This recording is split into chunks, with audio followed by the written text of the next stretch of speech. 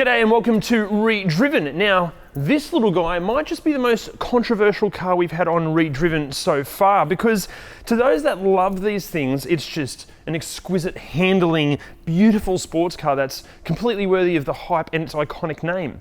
But for those that don't like these things, this is just it's an underpowered and underwhelming pretender of a sports car that's desperate for modifications to be deemed worthy at all. So which is it? Are these actually any good, or are they just a bit crap? And now that they're a few years old and have many thousands of kilometres on them, what do they like to live with every day? What goes wrong with them? Are they reliable? What do they cost to own and operate and maintain? And most importantly, should you buy one? Let's find out. So chances are, if you're watching this video, you're already aware that the Toyota 86 is also called a Subaru BRZ and a Scion FRS, and a GT86 in Europe and an FT86 in other parts of the world. But look, fundamentally, they're all pretty much the same car, short of, a bit of a suspension tune and some cosmetic differences. And look, in this video, we will be focusing on the Australian variants of the 86. But if you're not from Australia, don't freak out, don't panic, because everything we're going to be going over should relate to 86s, FRSs, BRZs, FT86s, and GT86s in your local market. Also, look, to save confusion in this video, and also because we're Australian and we abbreviate everything, from now on, I'm just going to refer to this as the 86. It just makes life so much simpler. It's an 86. The 86 was first released to the public with great hype and fanfare back in 2012. Toyota and Subaru claimed that the product of their joint venture was an authentic rear-wheel drive sports car with compelling styling and exceptionally balanced performance and handling. And since its launch, the 86 and its various other nameplates have been through a host of different updates on a near-yearly basis. And while available in various special and limited editions, the 86 here in Australia has been available in primarily two different trim levels, the GT and GTS. And look, while we'd love to go over every graphic detail of every variant and special edition in this video, it would just take way too long. But we have gathered all that information and we've put it in our handy ReDriven cheat sheets. Our cheat sheets are invaluable as they provide a full breakdown of the car's model range, its common problems, what you need to look out for before handing over your hard-earned cash, how much of that cash you should be handing over, and so much more. Check it out at redriven.com or in the link below. Now, if you're an 86 expert or you own an 86 and you've noticed that we've missed something in this video, please let us know in the comments below. Like, we're doing our best to kind of cover everything we can in the car, but we generally find it's those that own these things that are the true experts. So yeah, if we've missed something, let us know in the comments. So, does it look good? Well, it used to. Look, I know that's being a bit harsh, but what I mean is it's in that weird zone at the moment where it's obviously not the new one that's only just come out, but it's also not old enough to be kind of retro cool. So it's in this kind of weird Goldilocks zone where it's like, yeah, it's there, it exists. Look, it's not an overtly ugly car by any means. And being a sports car, we should embrace a sports car because we're currently drowning in a sea of bland SUVs. And it's definitely not ugly by any means. Although, if you did option for the Aero Pack version of these, in my opinion, that is an ugly car. Like, you've gone and taken this like athletic looking sports car and then just stuck a whole bunch of plastic all over it. Bloody unfortunate looking. If you do want a wing, this is all the wing you need. This is clearly a wing and it's not so big it's going to make you look like a complete dickhead. Okay, problems and things to watch out for. Let's start with the easy stuff first, the tail lights. Now, there are reports that condensation can build up in these tail lights. Now, look, that should have been fixed by Toyota under warranty, but even if it hasn't, spares of these and even aftermarket options of these are readily available on the internet and they shouldn't cost too much money. Now, look, rust shouldn't be too much of an issue on these things, but just in case, check around the front quarter light and the bonnet strip. Next up, check all the wheels for any signs of gutter rash, just like that, or any signs of serious damage. And if the 86 you're looking at is fitted with any aftermarket wheels, just ask the owner if they've got the originals as well, because having a set of originals on these might be worth some money down the track. Then check the tyres for wear, and what I mean by this is if the outside of the tyre is really worn, it means it's been driven pretty hard. If the wear across the tyre is all over the shop, it might mean that there's some major issues with the suspension. Check if the owner has fitted matching tyres all around. If they're 4 different brands and series of tyre, that means they're cutting corners. Where else are they cutting corners? And the big one, if there's no tread left on the rear tyres and loads of tread left on the front tyres, that means they like burnouts or drifting. I'm not saying you shouldn't buy that car, but just be aware it's been sideways a lot.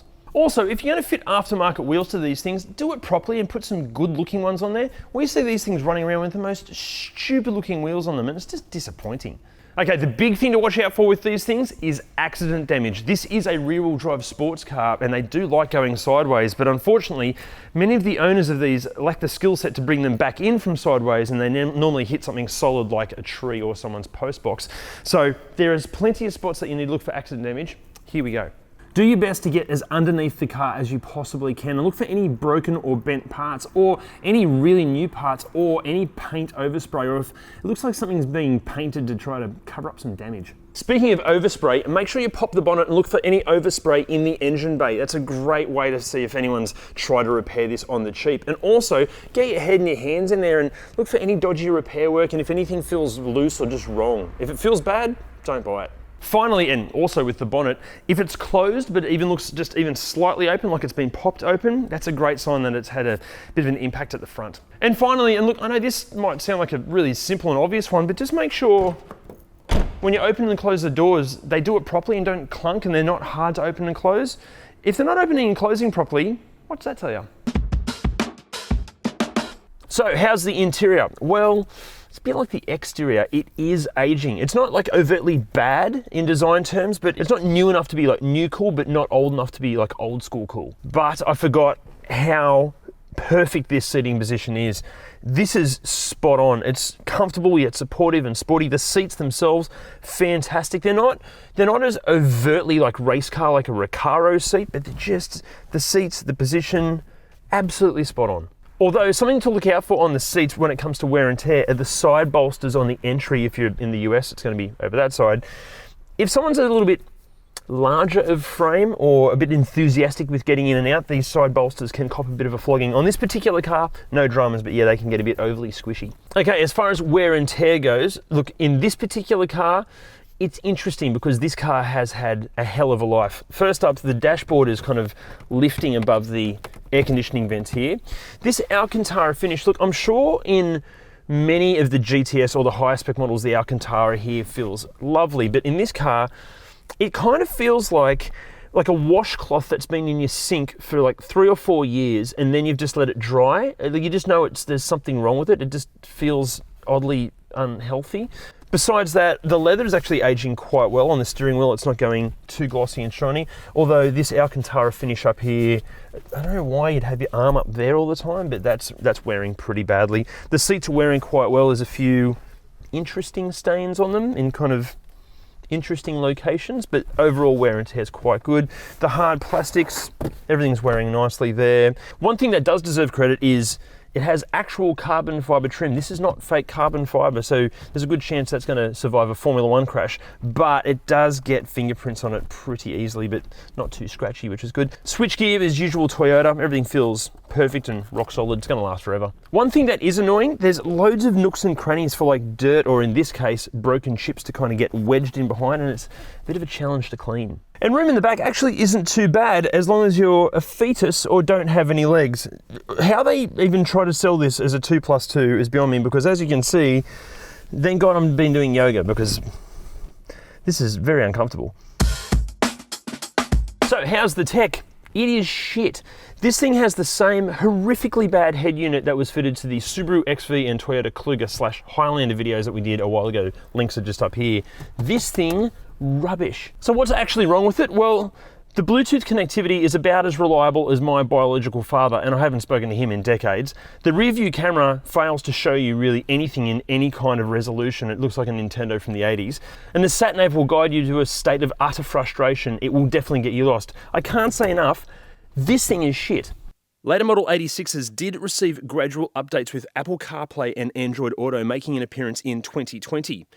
In terms of driver tech, it will depend on year and spec, but cruise control will make the long trip more bearable, and the VSC Sport button will make a short trip more entertaining. As always, for the full details of which spec gets what technology, just check out the cheat sheets on ReDriven.com.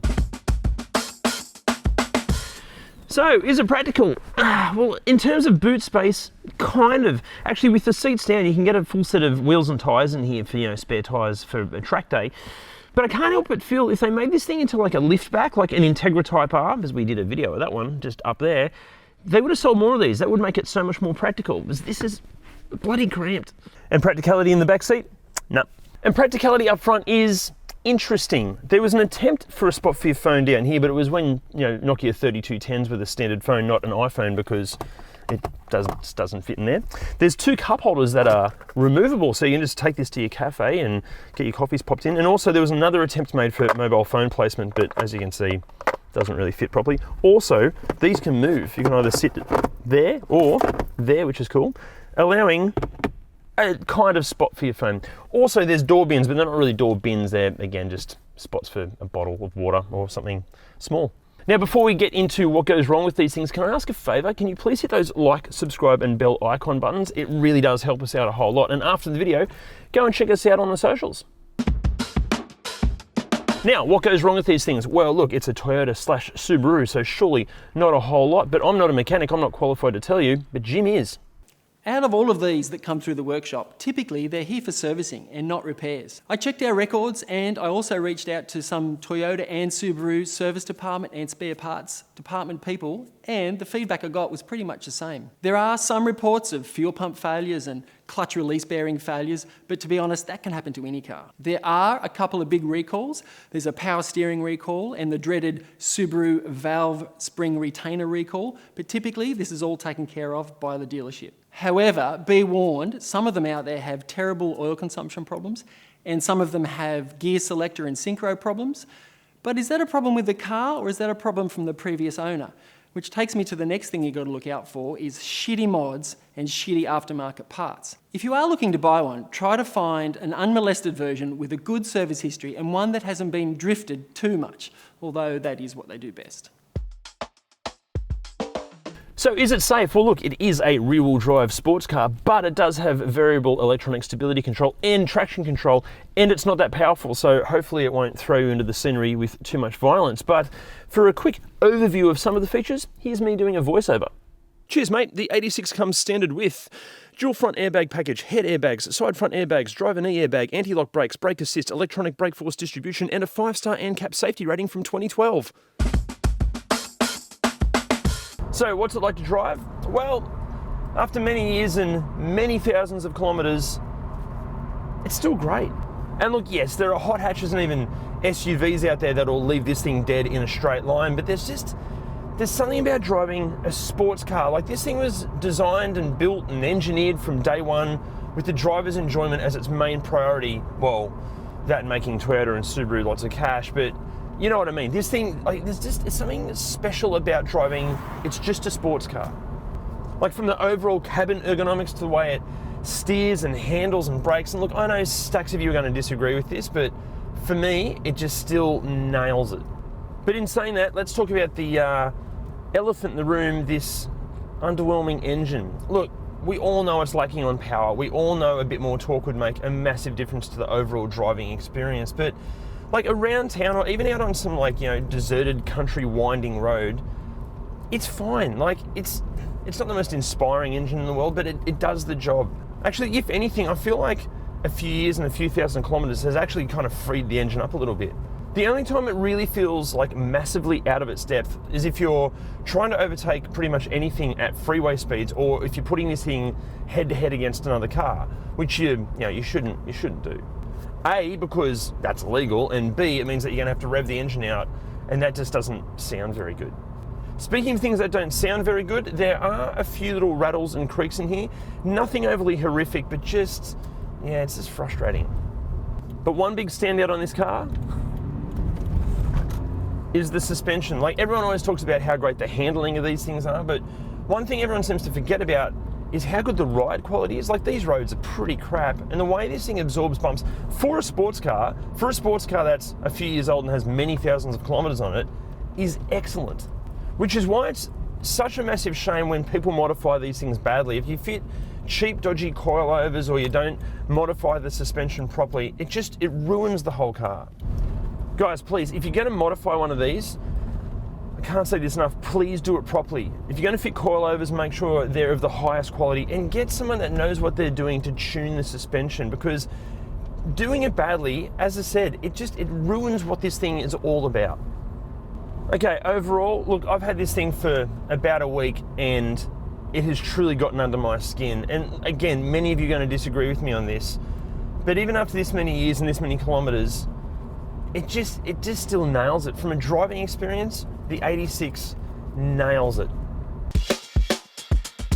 Pricing here in Australia kicks off from around about $13,000. And look, yes, there are cheaper examples out there, but you're going to want to steer clear of those. $13,000 is about the least we'd spend on a decent 86. At the other end of the spectrum, you're going to be looking at around about $45,000 for a recent mint condition limited edition model, or something drenched in really quality aftermarket goodies. Something like this, a 2016 GTS in pretty good condition with a reasonable amount of kilometres on it, you're going to be looking around about $30,000. And for the US and the UK, here's a graphic.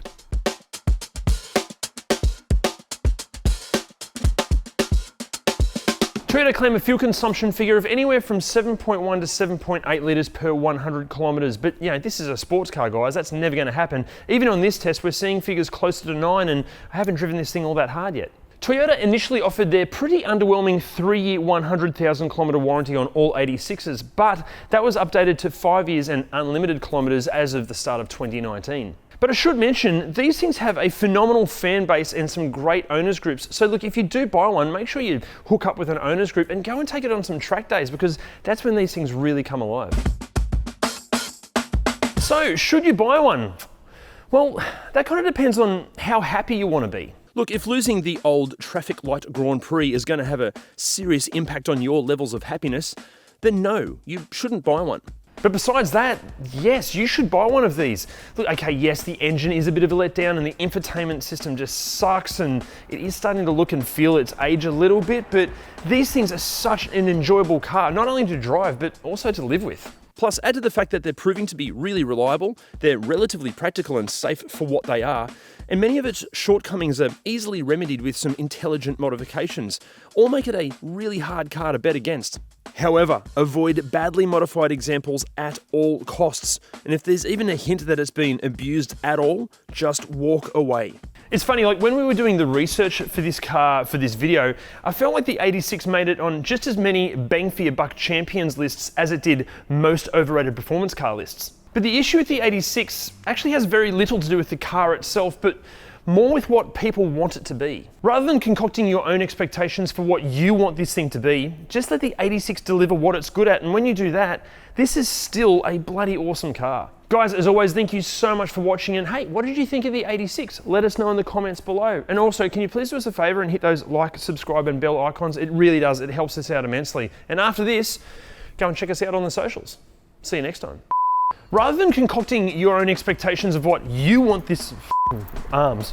Yeah, here we go. Rather than concocting your, oh, come on, Morris, here we go. Rather than concocting your own expectations of what you want this thing to be, just let the detail of every model, variant, and special edition, and what am I trying to say? If the wear pattern is really uneven, it might mean that there's some issues with this suspension. Slow down, here we go. What's wrong with it? Well, the Bluetooth connect, how is it? Okay, yeah, here we go. What is actually wrong with it? Well, the Bluetooth connect, here we go. So is it safe? Well, look, it is a rear-wheel drive, okay. And it's not very fast, so hopefully it won't throw you into the scenery with too much, that was so close. But for all the features, or some of the features, that was the worst. It is a rear-wheel drive sports car, but it does have variable slow down. So is it safe? Well, look, it is a rear-wheel drive sports car. Okay, here we go. Come on, Morris, stop thinking about it, just say it. Okay. But here's a quick overview. Me. Why can't I say the last bit, man? What is the last bit? $45,000 for a really recent or ultra. Fucking. Here we go.